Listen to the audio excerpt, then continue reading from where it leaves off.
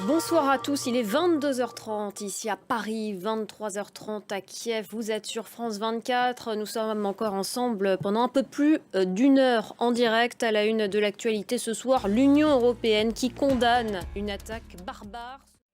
Mais d'abord, on va partir au Gabon. Une semaine tout juste après le coup d'État dans le pays, un communiqué du général Brice Oligui Nguema, le nouvel homme fort du pays, investi président de transition en début de semaine, affirme que le président déchu, Ali Bongo, est libre de se rendre à l'étranger, à Libreville. On va retrouver tout de suite Ismaël Obiangenze, notre correspondant. Ismaël, bonsoir.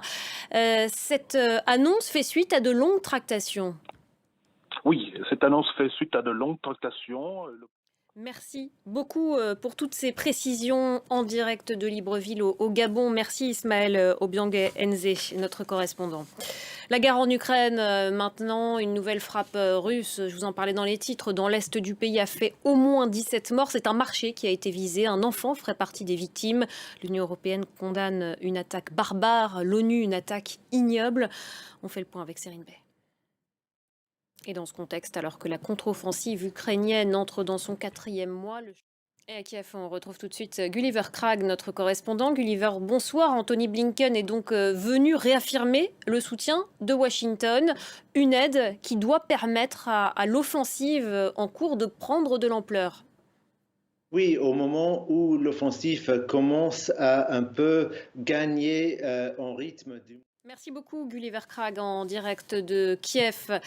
La guerre en Ukraine toujours, et alors que Moscou cherche des soldats pour combattre sur le front en ce moment, des Cubains seraient enrôlés de force par l'armée russe. C'est en tout cas ce qu'affirme, vous allez le voir, le gouvernement cubain qui a révélé une filière de recrutement illégal russe. Florence Gaillard. Et enfin, ils sont de retour. Après 18 ans d'absence sans nouveau titre, les Rolling Stones reviennent sur le devant de la scène avec un nouvel album inédit intitulé Acne Diamonds. Il sortira le 20 octobre prochain. Ludovic de Foucault.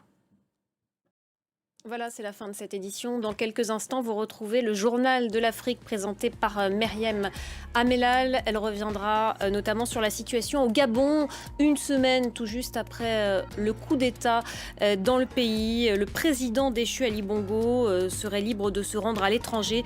C'est ce que révèle ce soir un communiqué du nouvel homme fort du pays, le général Brice Oligui Nguema. Restez avec nous. On se retrouve, nous, à 23h pour un nouveau journal.